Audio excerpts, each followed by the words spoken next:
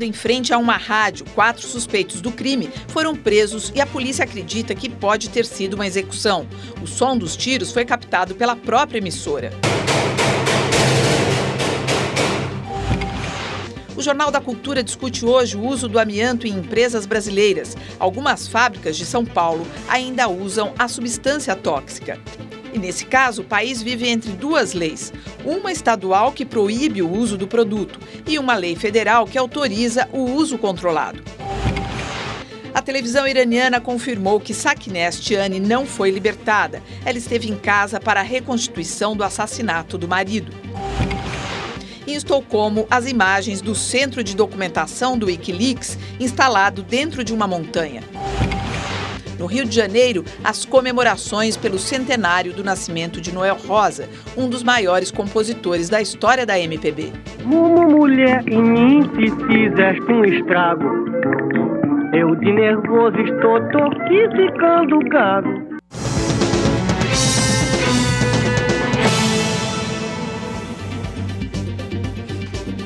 Acompanho a edição de hoje do Jornal da Cultura, a auditora do Ministério do Trabalho em São Paulo, Fernanda Gianazzi, e o professor de Filosofia Política e Ética da Unicamp, Roberto Romano.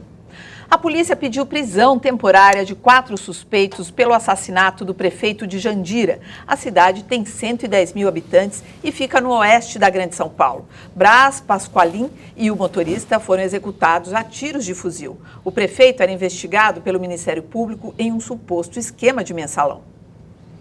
A perícia encontrou resíduos de pólvora nas mãos de 2 suspeitos, Adilson Alves de Souza e Lázaro Teodoro. Os 2 foram detidos perto do local onde foi deixado o carro utilizado no atentado.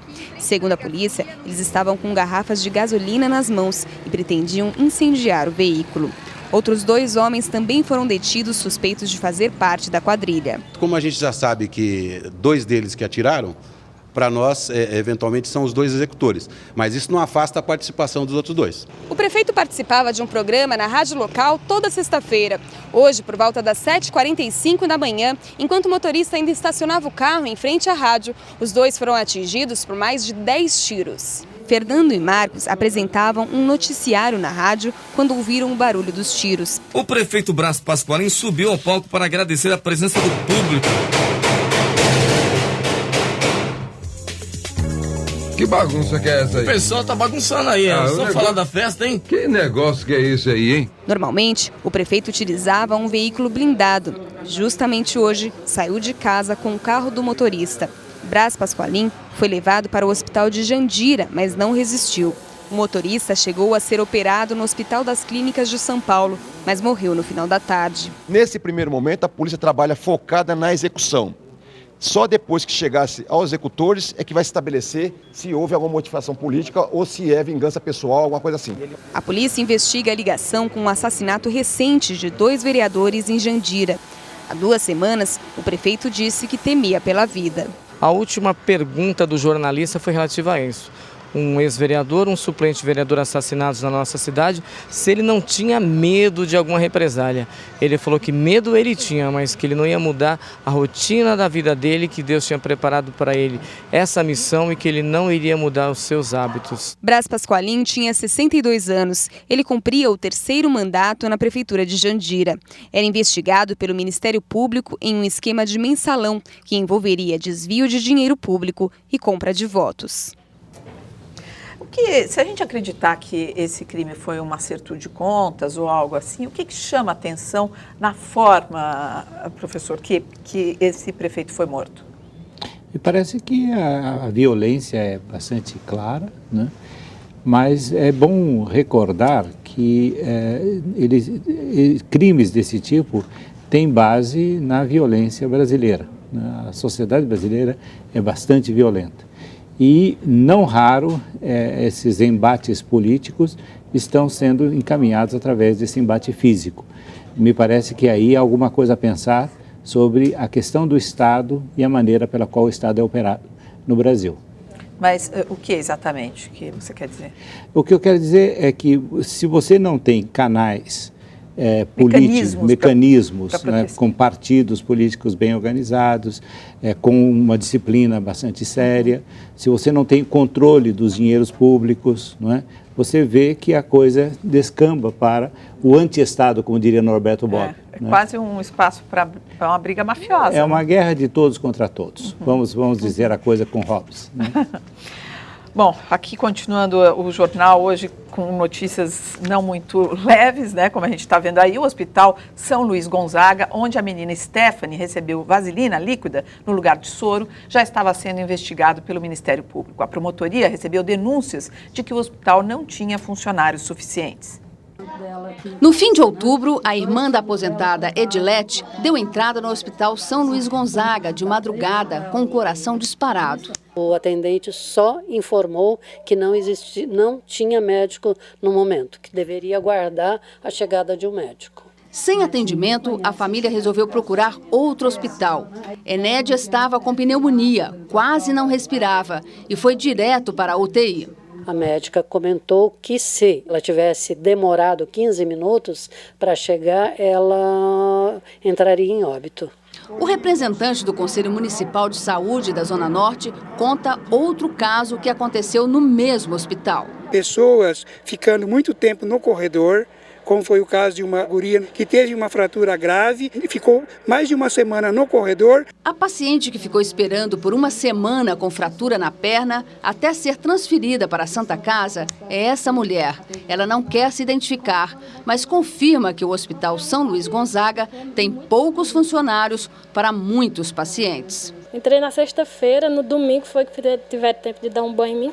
Quantas pessoas mais ou menos no corredor do hospital? Mais ou menos de 25 a 30. Quantas enfermeiras atendiam ali?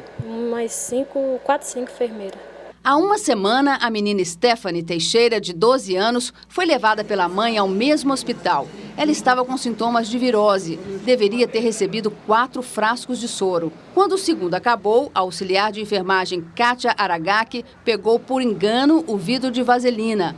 Assim que percebeu o erro, o hospital transferiu a garota para a Santa Casa, mas ela não resistiu. Antes da morte da garota Stephanie, o Ministério Público já havia aberto inquérito para investigar denúncias sobre a falta de profissionais no Hospital São Luís Gonzaga.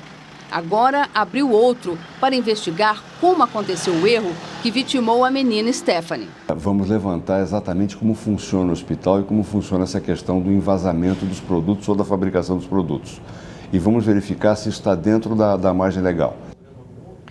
Bom, esse caso que a gente tem dado aqui durante toda a semana, a gente sabe que é uma situação assim que falta profissionais, isso todo mundo já falou bastante.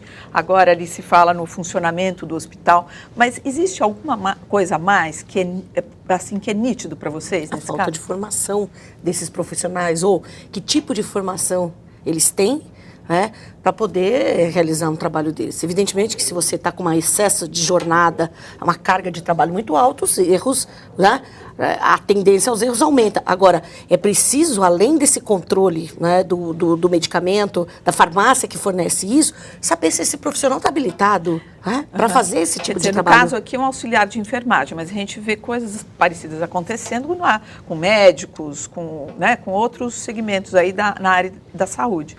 Existe uma crise na formação, na escola, professor? Existe sim, existe uma atitude absolutamente laxista por parte dos poderes públicos, no sentido de permitir que faculdades absolutamente incompetentes na formação abram cursos, inclusive de medicina, mas também em outros setores, e nós não vemos por parte do Estado um controle do funcionamento Mas disso. essa falta de controle, o que é? É um lobby nos moldes brasileiros que funciona muito bem? O que é? Infelizmente, é bom se recordar que o ministro Murilo Ringel fechou o Conselho Federal de Educação por razões desse tipo, não é? Por falta de ortodoxia ética, vamos ser eufemísticos. E, no entanto, o Conselho Nacional de Educação parece que não aprendeu a lição. Né? Nós temos um lobby imenso desses donos de universidades privadas no Congresso Nacional, o que chama a atenção, então, para outro problema, que é a questão do lobby no Brasil. Nós precisaríamos urgentemente aprovar a lei do lobby, que está há mais de 4 anos na Câmara Federal sem ser tocado. E, quer dizer, uma regulamentação do lobby como é, por exemplo, nos Estados Unidos. Exatamente. Para todos os setores. Qual a diferença do lobby lá e do lobby aqui? Lobby lá, a pessoa é um profissional do lobby, ela responde pelo lobby. E, portanto, ela não pode, ela não utiliza meios, como, por exemplo, no nosso caso, é muito triste constatar que boa parte dos nossos senadores e deputados são lobistas. Agora, aqui, eu gostaria até que você ajudasse a traduzir para o nosso telespectador entender direitinho, porque aqui, quando a gente fala que uma pessoa é lobista, é ruim, fulano é lobista, tem uma tom pejorativo. Pejorativo. Né? E nos Estados Unidos, não. O que é o lobista aqui e o que é o lobista lá? Qual é a função de um lobista? O lobista aqui é justamente aquele que utiliza do poder oculto, não é? De relações não confessáveis, inconfessáveis, para conseguir a manutenção de determinados procedimentos, por exemplo, de fiscalização. Nós vamos falar sobre isso, a questão do amianto. Né? Agora, no caso dos Estados Unidos, você tem uma regulamentação do lobby, né? Com regras muito estritas de funcionamento. Você me permite também? O lobby, segundo Aurélio, é um grupo pago para defender o interesse privado. Essa é essa definição clara de lobby. Não defende o interesse público, defende o interesse privado. Mas em alguns casos ele pode até ser responsável, não é? Sim, civil e criminalmente. Você tem, por exemplo, pessoas lobistas nos Estados Unidos que defendem a causa ambiental. É perfeitamente possível. Né? Você tem isso aí. Mas essas pessoas não operam na sombra do poder. Essa é a diferença. Bom, indo adiante aqui no nosso jornal, a Prefeitura de São Paulo está terminando um mapa que mostra onde acontecem os casos de violência contra homossexuais. Os primeiros dados mostram que metade dos casos estudados aconteceu no Centro Expandido, que vai da região da Praça da Sé até a Avenida Paulista. As imagens mostram os 2 rapazes caminhando. Eles pensaram que iam ser assaltados e apertaram o passo. O agressor alcançou os 2 homens. Com um golpe, derruba a primeira vítima e parte para agredir a segunda. Em seguida, foi contido por uma mulher. Este é mais um caso de ataque a homossexuais que a Polícia Civil está investigando. No total, foram 8 vítimas em 2 meses. No coração financeiro de São Paulo, entre as avenidas Paulista, Consolação e Rua Augusta, se concentraram os casos mais recentes. Nos últimos 30 dias, foram pelo menos 5 agressões. Um mapa feito pela Coordenadoria de Assuntos da Diversidade Sexual de São Paulo mostra como se dividem as agressões na capital paulista.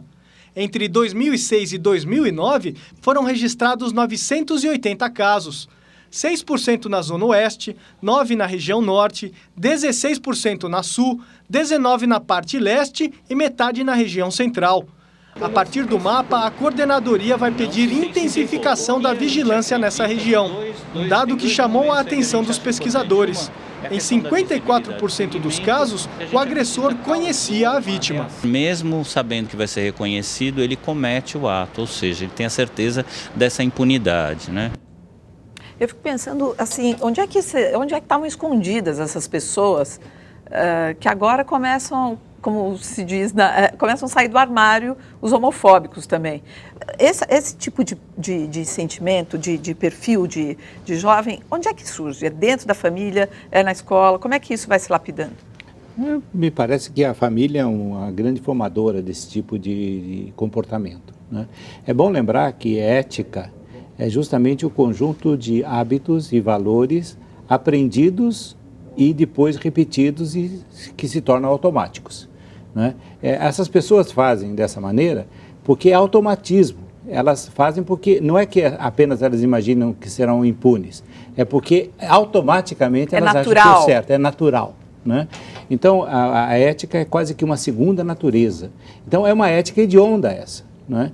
Agora, é bom lembrar também que, no caso da homofobia, o Brasil tem sido campeão, né, sul-americano de morte de homossexuais, né, de travestis, etc. Isso é uma coisa muito complicada e nós podemos aí pensar, né, em que, de fato, a prevenção policial é um fator importante, mas não é o único. Se você não tiver uma reformulação ética nas famílias, na sociedade, evidentemente, você vai continuar. Quer dizer, esse preconceito nasce ali, nos valores que você vai ouvindo desde pequeno. Exatamente. Entendi. E A televisão iraniana confirmou que Sakineh Ashtiani, a mulher condenada à morte por suposto adultério, deixou a prisão nesta semana. Há duas versões para explicar a saída de Sakineh do presídio. Na versão do governo, Sakineh foi à casa dela para participar da reconstituição do assassinato de seu ex-marido. Mas o Comitê Internacional contra a Pena de Morte e o Apedrejamento informou em Berlim que Sakineh chegou mesmo a ser libertada e ficou 3 dias em casa. Segundo o comitê, há uma disputa interna no governo iraniano. Alguns setores defendem a libertação de Sakineh, enquanto os mais radicais insistem na aplicação da pena de morte. Rapidamente, dá para confiar em uma linha que vem do governo iraniano? Não, eu tomaria muito cuidado com esse tipo de informação, né? Ele está sendo pressionado, né? As redes mundiais aí estão criticando. Então, assim, ele depende dessas relações internacionais. Então, eu tomaria muito cuidado. Acho que essa é uma informação ainda que precisa ser realmente vista de uma outra forma. Os milhares de documentos secretos recolhidos pelo site Wikileaks estão muito bem guardados. O esconderijo fica no interior de uma montanha, nos arredores de Estocolmo, na Suécia. Lá parece que estão a salvo de qualquer ataque. Estas são as instalações da empresa de armazenamento de dados Bandhoff, que tem sede em Estocolmo. Nesses servidores, máquinas que guardam arquivos digitais, estão as centenas de milhares de documentos que foram entregues ao Wikileaks e têm sido revelados aos poucos. John Carlung, diretor da Bandhoff, explica que, além de armazenar os dados do Wikileaks, a empresa também é responsável pela liberação do material. Ele garante que, nesse bunker, os dados estão seguros e à prova de qualquer ataque. Ainda na Suécia, uma outra empresa, a Flatter, anunciou que assumiu o trabalho de recebimento de doações para o Wikileaks, suspenso pelas grandes companhias de cartões de crédito. O vazamento de informações do Wikileaks também atinge a presidente eleita Dilma Rousseff. A diplomacia americana teria documentos que apontam ações armadas da futura presidente. A assessoria do governo de transição informou que Dilma recebeu a notícia do dossiê com tranquilidade. Os telegramas fariam parte de um dossiê montado por diplomatas dos Estados Unidos em 2005, com informações sobre possíveis candidatos à presidência. O jornal Folha de São Paulo teve acesso aos documentos obtidos pela ONG Wikileaks. Dilma Rousseff é chamada de Joana d'Arc da subversão. Segundo os telegramas, ela teria organizado assaltos a bancos e participado da fundação de um grupo guerrilheiro. Ela também teria ajudado na infraestrutura de ações armadas. Dilma nega ter participado de ações armadas durante a luta contra a ditadura. De acordo com assessores, a presidente eleita reagiu com tranquilidade às informações divulgadas pelo Wikileaks e não fez comentários. Dilma Rousseff passou mais um dia aqui na residência oficial do Torto, organizando a montagem do futuro governo. Hoje, a presidente eleita recebeu o presidente do PSB, Eduardo Campos. Ele entrou pelos fundos e não falou com a imprensa. O PSB espera ficar com o Ministério da Integração Nacional e a Secretaria de Portos, mas ainda não chegou a um acordo sobre um cargo para o senador Antônio Carlos Valadares. Após o encontro, a assessoria da equipe de transição cancelou o anúncio de novos ministros que estava previsto. E o embaixador dos Estados Unidos no Brasil, Thomas Channel, afirmou que o governo americano desconhece as informações divulgadas pelo Wikileaks sobre Dilma Rousseff. Channel visitou hoje a sede da Ordem dos Advogados do Brasil, aqui em São Paulo. A visita oficial foi a portas fechadas. Depois, no auditório da OAB, o embaixador americano Thomas Shannon comentou o vazamento no Wikileaks dos telegramas da diplomacia americana sobre as atividades de Dilma Rousseff na clandestinidade. O governo dos Estados Unidos não tem informação alguma sobre essas acusações. A nossa relação com a presidente eleita é de longo prazo e positiva.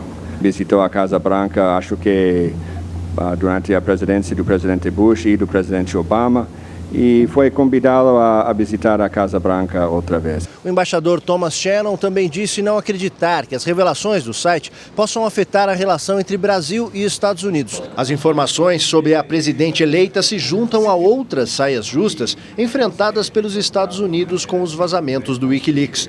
O site já divulgou o erro grosseiro de soldados americanos no Iraque que mataram 2 repórteres da agência Reuters, confundidos com terroristas. O ataque a tiros partiu de um helicóptero. O vazamento do documento com os locais considerados estratégicos para os Estados Unidos também preocupa, porque eles poderiam se tornar alvo de terroristas. Fora isso, os apelidos da diplomacia americana em relação a outros líderes mundiais, como chamar o primeiro-ministro russo Vladimir Putin de Batman e o presidente Medvedev de Robin, causaram mal-estar. Este cientista político não defende os vazamentos e acha que a diplomacia nem sempre é cordial. São comentários que, excluindo a sua grosseria, são avaliações da política e da economia daqueles países que servem para avaliação das centrais de política externa dos países de origem para se posicionarem de acordo com a sua política externa. Bom, eu gostaria de começar ali pela primeira matéria que a gente mostrou, que são os dados dentro da montanha. Professor, você acredita que é possível esses dados realmente estarem seguros ali dentro daquele lugar? Não, isso é mais simbólico, né? Você não tem possibilidade de ter o segredo absoluto. O Wikileaks é uma prova disso, né?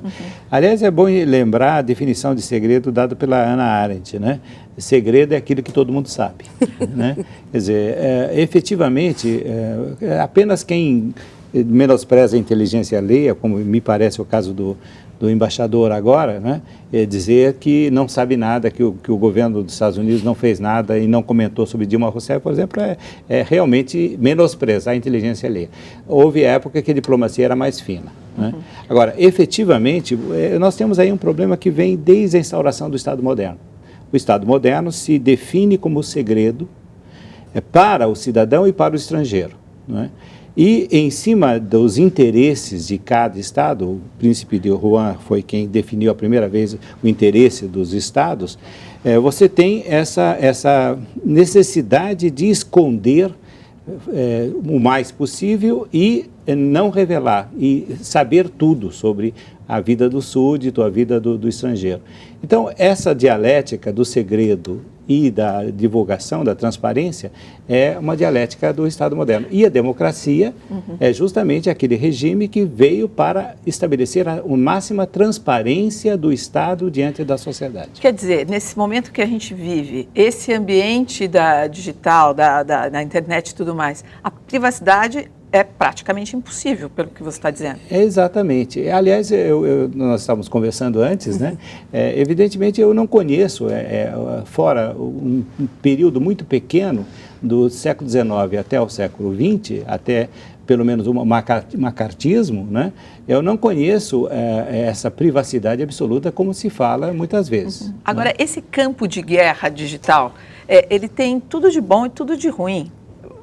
Não é? Porque você, por exemplo, vai lá, usa esse lugar para divulgar as ideias contra o amianto, para defender o trabalhador, etc., mas também está vulnerável. Sim, com certeza. Quer dizer, no momento que você se abre, que você está na rede, você está na rede mesmo. Já foi até definido, né? Didi Franco dizia que toda ferramenta, né, dependendo do seu uso, pode se tornar uma arma. Para mim, para o uso do trabalho, é essencial. Mas, evidentemente, que precisa ter o limite ético disso. Mas até onde nós podemos ir? Quem é que vai impor, né, esse limite ético? Quem é que vai controlar? Pois é. Veja, nesse caso aí dos locais perigosos, né, aqueles estratégicos que os terroristas poderiam saber. Alguém em sã consciência acredita que terrorista não sabe onde estão esses lugares? Onde são os poços de petróleo? Agora, evidentemente, você não vai facilitar a vida do terrorista, né? Então, aí tem um problema ético, como a colega disse, quer dizer, você tem o limite da responsabilidade e da irresponsabilidade, né? Uma transparência absoluta pode ser uma arma tremenda contra a sociedade e contra o Estado. Mas também o segredo absoluto pode levar a catástrofes como a da Segunda Guerra Mundial. Né? Bom, agora a gente vai para o intervalo e daqui a pouco a gente volta para falar sobre o assunto da Fernanda. É o debate sobre o uso de amianto nas fábricas paulistas. A nossa reportagem acompanhou a fiscalização do Ministério do Trabalho numa empresa do interior.